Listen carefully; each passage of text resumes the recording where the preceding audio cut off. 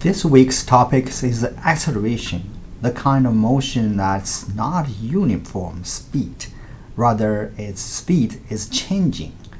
To calculate the acceleration at some time, you just take two time points, have the velocity to start with and have a final velocity. Take the difference and divide by the time interval.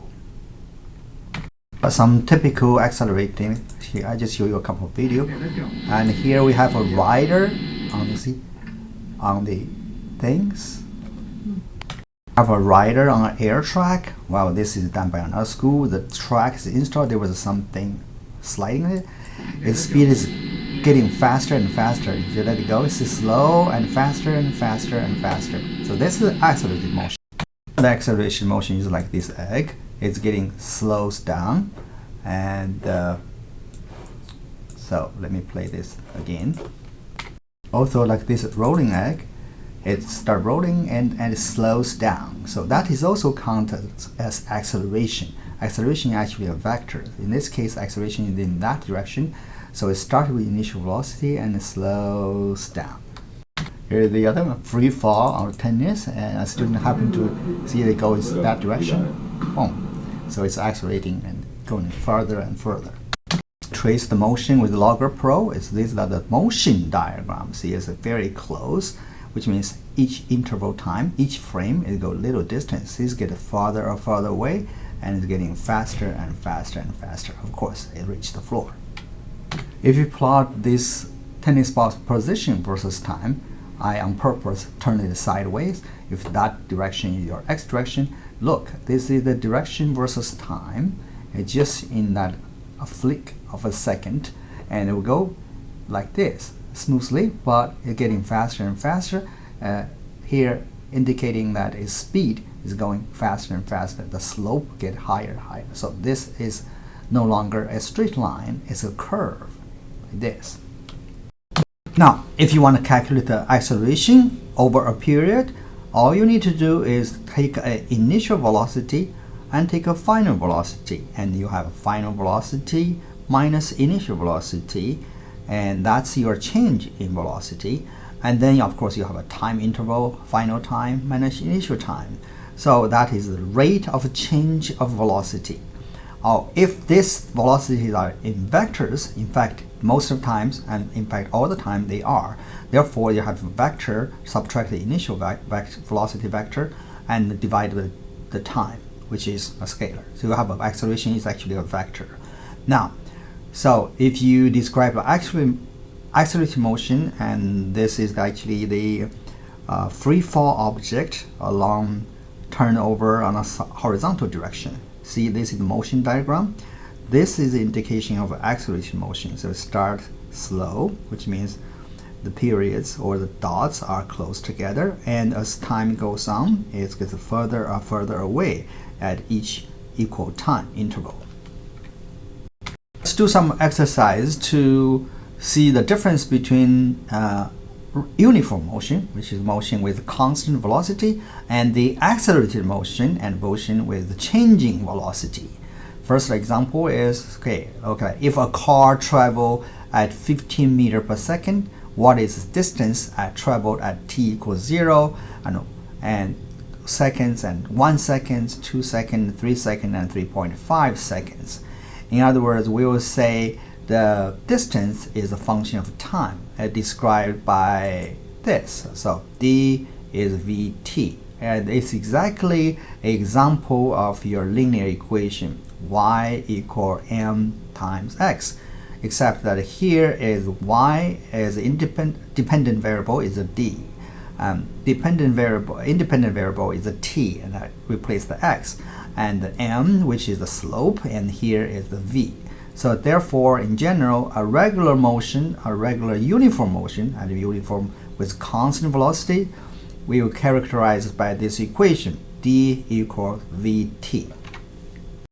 First example, and you simply have d equals vt, and in this case, your velocity is 50, which is in the place of the v velocity, and t is independent variable. So 1 second, you do nothing but just plug t in, 0 times 15, you get 0.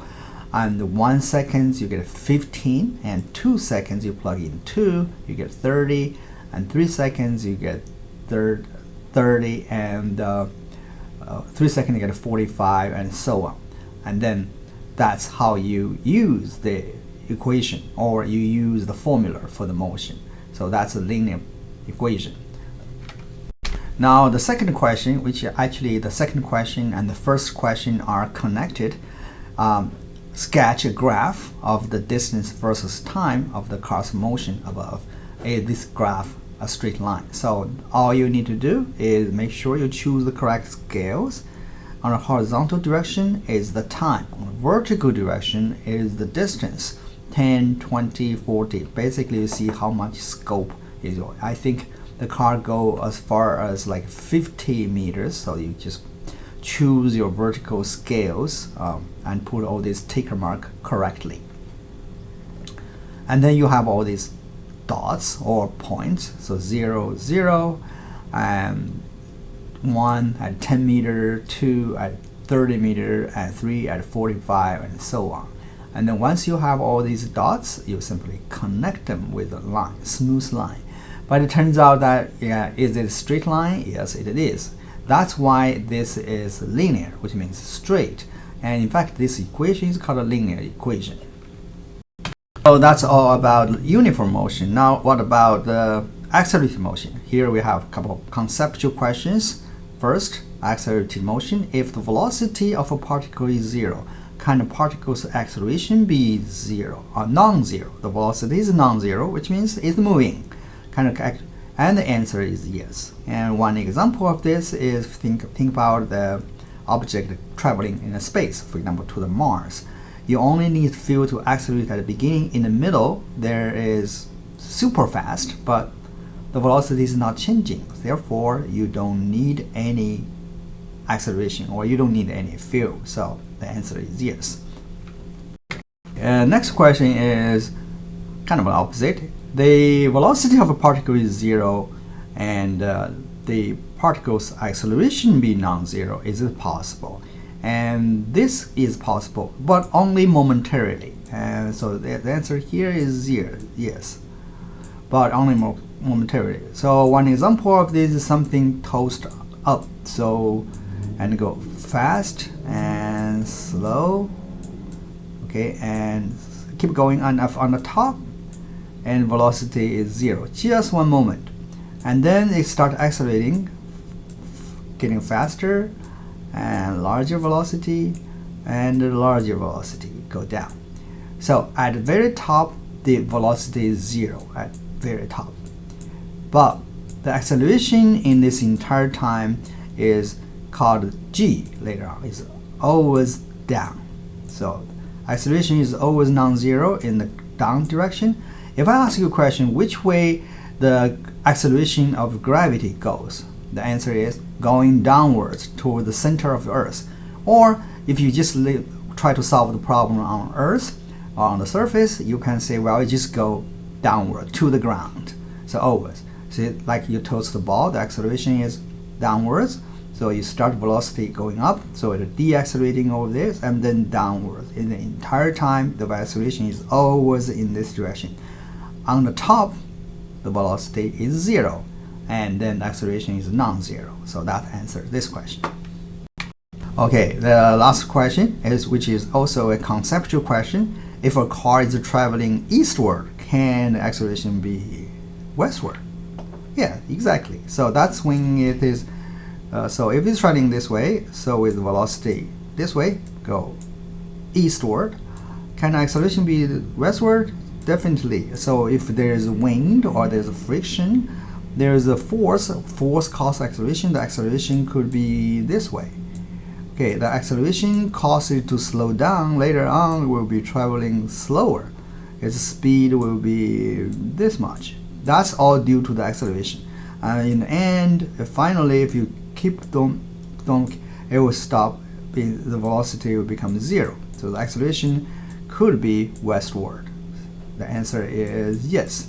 Well, in the test or assignment, I I'm not satisfied that you just answer yes. You should give some explanation of this type of questions.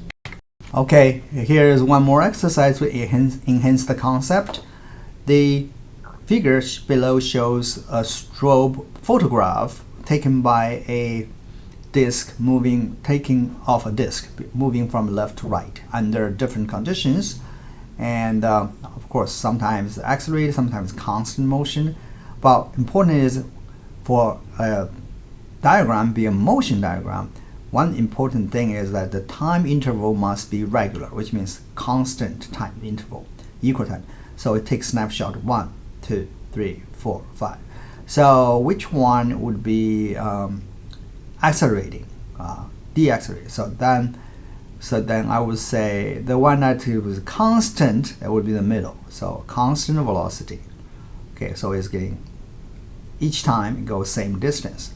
But then this one goes, the bottom one goes this distance, and next moment goes this long, and next moment goes wider, and next moment goes this long.